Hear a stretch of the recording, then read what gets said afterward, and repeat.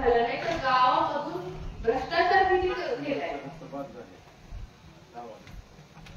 आम्ही त्या दिवशी कळमला गेलो. तिथं एक अर्धा किलोमीटरचा रस्ता आहे. तिथं दिले रस्त्यासाठी किती 20 लाख रुपये.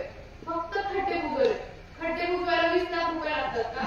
म्हणजे असा वर्षावर नुसता त्यांनी निधी लंपास केलाय. आणि त्यांचे जे ठेकेदार आहेत त्यांनी स्वतःचे खिसे भरण्याचं काम केले. त्यांच्या त्या ठेकेदाराच्या आज 5-6 गाड्या, फॉर्च्युनर, काय मोठ्या गाड्या ते ठेकेदार म्हणून फिरतायत, मोठे बंगले बांधले.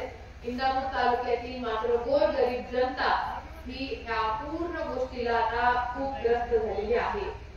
आज तुम्हाला मी सांगते, तुम्ही प्रत्येक गावामध्ये जावा.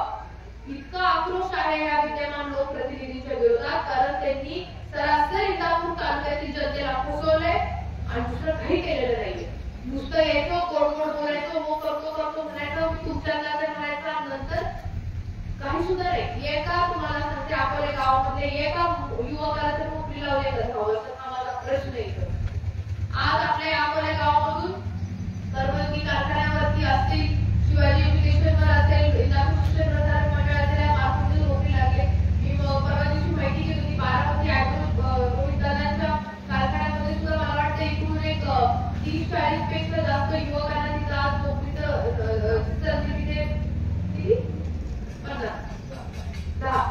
संधी मिळालेली आहे.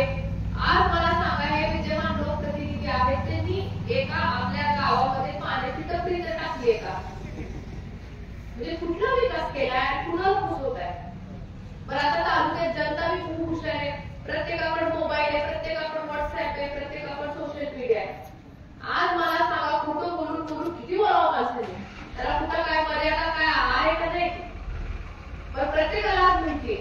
आज मला सांगा, आपल्या इकडचा पाण्याचा प्रश्न, आज लोकप्रतिनिधी मधून आपल्या इकडच्या तालुक्यामध्ये पाण्याचे प्रश्न केवढे गंभीर झाले. आपल्या त्या भागात तो दौरा झाला, 22 गावांचा पाण्याचा प्रश्न अतिशय गंभीर आहे. उजनी बॅकवॉटरचे सुद्धा पाण्याचं काही नियोजन झालेलं नाहीये. अक्षरशः धरण तिथं उशाला आणि कोरड घशाला अशी परिस्थिती झालेली आहे. माझा तर खरंच थेट सवाल आहे की ह्यांना खरं पाण्यात संबंधित प्रश्नाचं ह्यांना नक्की काय नॉलेज आहे का नाही, ह्यालाच मला आता मोठा प्रश्न पडायला लागलाय. कारण शेवटी इतकी निष्क्रियता. आज मला सांगा, इतक्या मोठ्या पद्धतीने आज इथं आज 95-99% आज इथं शेतकरी वर्ग आहे आपल्या तालुक्यामध्ये. प्रत्येकाची काही ना काही शेती इथे आहे. आज आपल्या शेतीचं उत्पन्न हे किती जरी म्हटलं तरी हे पूर्णपणे पाण्यावरती अवलंबून आहे. भाऊ जेव्हा 2014 पर्यंत आमदार होती तेव्हा कुठल्याच प्रकारच्या पाण्याचं नियोजन तिथे प्रॉब्लेम कधी नव्हता. व्यवस्थितरित्या वरून पाणी यायचं. बरे, जिल्हा नियोजन मंडळाचे सदस्य आहेत, तिथे ह्यांचं लोकप्रतिनिधी म्हणून गावामध्ये जाऊन प्रश्न मांडायचे. लोकसभेच्या वेळेस ते प्रत्येक ठिकाणी ओरडू सांगत होते की इंदापूर तालुक्याच्या पाण्याचा प्रश्न मार्गी लावा, नाहीतर तालुक्याचं वाळवंट होईल. अरे, जबाबदारी तुमची, पदावर आहे तुम्ही, आणि म्हणताय कुणाला पाण्याचा प्रश्न मार्गी लावा, इंदापूर तालुका वाळवा. आज इंदापूर तालुक्यामध्ये ऊस उत्पादक शेतकरी असतील, आपल्या शेतकऱ्यांवरती जी ही परिस्थिती निर्माण झालेली आहे ती फक्त आणि फक्त ह्या लोकप्रतिनिधीच्या निष्क्रियतेमुळे झालेली आहे. आज शेवटी ही निवडणूक जी आहे, ही निवडणूक आपल्या प्रपंचाची निवडणूक आहे. आज हे जे लोकप्रतिनिधी आहेत, आता मला कळलं काय ठिकाणी जात आहेत, त्यांना माहिती आता. आम्ही ज्या ठिकाणी आम्ही जातोय, आम्ही त्यांच्याशी बोलतोय, आम्ही त्यांना सांगतोय, इथं आले ना त्यांना तुम्ही जाब विचारा, तुम्ही इंदापूर तालुक्याचे नागरिक आहात का, तुम्ही इतका भ्रष्टाचार केलाय का, रस्त्यामध्ये इतके पैसे खाल्ले का, आमच्या पाण्याचा प्रश्न मार्गी लावले का, आमच्या युवकांना एका युवकांना नोकरी लावलेली नाहीये का, इथं आमच्या महिलांवरती अन्याय होतोय. अहो, 100 रुपयाची साडी देण्यापेक्षा जर मागच्या 10 वर्षात महिलांच्या 2 हाताला काम मिळवून दिलं असतं तर ह्या महिला आज घर बसल्या कुठल्यातरी व्यवसाय उद्योग करू शकल्या असत्या. आज 5-10 हजार रुपये महिला कमवू शकल्या असतात.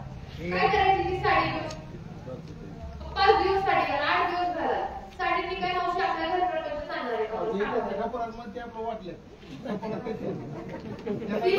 कॉन्ट्रॅक्टर घेतले, ठेकेदाराकडनं घेतले. मला पहिल्यांदा ते सांगायचं, बाबा आमचं काही गमत नाही, आम्ही सगळ्यांना सांगतोय साड्या दिल्यात घ्या, त्याच्या पैशातल्या साड्या. नंतर तुम्हाला सांगते लाडकी बहीण योजना आणली, 2 महिने त्याच्या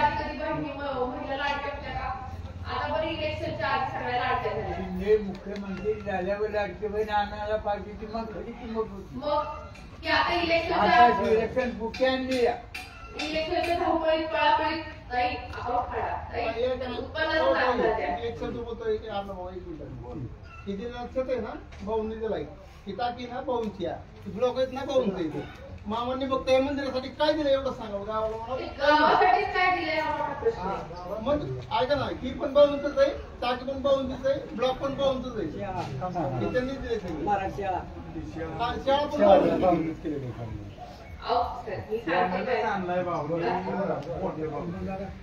आपल्या गावासाठी नेहमी मोठ्या भाऊपासून नेहमीच लक्ष राहिलेलं आहे. कारण शेवटी आपली नाळ ही तळागाळातील प्रत्येक जनतेच्या प्रत्येक नागरिकाबरोबर आपली जोडली गेलेली आहे.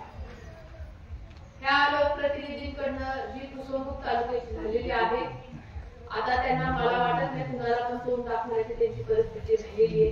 कारण प्रत्येक ठिकाणी जे तिथे जात आहेत आता माझ्या कानावर आलं ते आता लोकांना काय सांगतायत सगळं जाऊन उद्या आता शेवटच्या बारीक माणसं काही किडीतोय माणसं. तुम्हाला सांगते आपल्याला हाही विचार आपल्याला येणाऱ्या काळामध्ये केला पाहिजे की आपल्याला कशा प्रकारचा लोकप्रतिनिधी पाहिजे. आपले एवढे ज्वलंत प्रश्न आहेत. आज तुम्हाला सांगते तालुक्यामध्ये 10,000पेक्षा जास्त युवक आज बेरोजगार आहेत.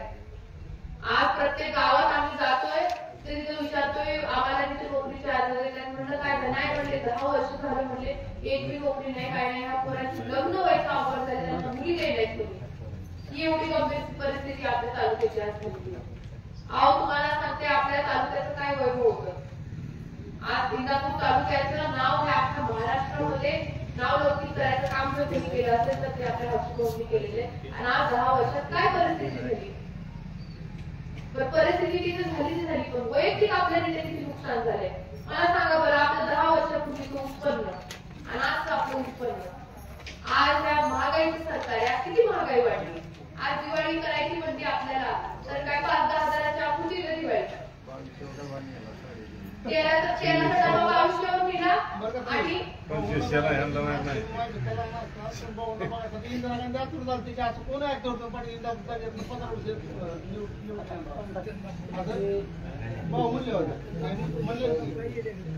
अशी परिस्थिती ही आपल्या अख्ख्या तालुक्यामध्ये निर्माण झालेली आहे. आता आपल्याला कुणासाठी नाही मी म्हणत नाही भाऊसाठी किंवा माझ्यासाठी किंवा सागर बाबांसाठी पण प्रत्येकाच्या आपल्या घर प्रपंचासाठी ही निवडणूक आपल्या प्रपंचाची निवडणूक आहे. लोकप्रतिनिधींनी 10 वर्ष स्वतःचा कल्याण करून घेतलं स्वतःच्या कुटुंबाचं कल्याण केलं स्वतःची घरं भरली विषय भरले पण तुमचा कुणाचा विचार केलेला नाही. त्यामुळे आता ही खरी वेळ आलेली आहे आणि आता आपल्या सगळ्यांना एकत्रित यावं लागेल. आपल्याला एकत्रित पद्धतीने काम करावं लागेल. हे बघा सरकार तर आता महाविकास आघाडीकडे येणार आहे. तुम्ही टीव्ही लावा मोबाईल बघा व्हॉट्सअप बघा सगळीकडे एकच चर्चा आहे की महाविकास आघाडीचं पवार साहेबांचं उद्धव साहेबांचं रामरावचं सरकार हे महाराष्ट्रात येणार आहे की काळ्या दगडावरचे देश. त्यामुळे आपल्या विचाराचं लोकप्रतिनिधी जर या सरकारमध्ये असतील तर आपल्याला येणाऱ्या काळामध्ये इंदापूर तालुक्याचा खऱ्या अर्थाने विकास आपल्याला करता येईल. आपल्याला इथे येणाऱ्या काळात आता कामं भरपूर करायची जाहीरनामा पण आपला इथे आपण सांगू पण एक गोष्ट तुम्ही लक्षात ठेवा की आपल्याला काही करून आज इथं आता पेटून उठायचं. मी आल्यावर त्या ताई मला म्हणत होत्या म्हटलं कुठे तुम्ही तर म्हणलं मी करमाळ्यात 7 वाजल्यापासून रात्री 12 वाजेपर्यंत प्रचार करते. म्हणलं तुम्ही आता तिकडं राहू द्या तिकडं लक्ष द्या. म्हणलं आता प्रत्येकाची तुमची पण जबाबदारी आहे. कारण काय होतं प्रत्येकाला वाटतं ताईंनी आलं पाहिजे दादाची भाऊने आम्ही तर फिरतोय आमचं काय आम्ही पायाला फिरली लोक सकाळपासून रात्रीपर्यंत फिरतोय पण तुमची सगळ्यांची पण तेवढीच जबाबदारी आहे. कारण हे 20 दिवस आहेत परंतु हे 20 दिवस जर आपण अहोरात्र मेहनत घेतली तर पुढचे 5 वर्ष आपल्याला सुखाचे जातील. आपल्याला आपल्या सगळ्या गोष्टी मार्गी लागतील. त्याच्यामुळे मला मान्य आहे दिवाळी आली सगळ्यांना दिवाळी आहे पण थोडं आपण लक्ष देऊन एक दिवस आपल्यासाठी महत्वाचा काय राहिलेच 20-22 दिवस आता.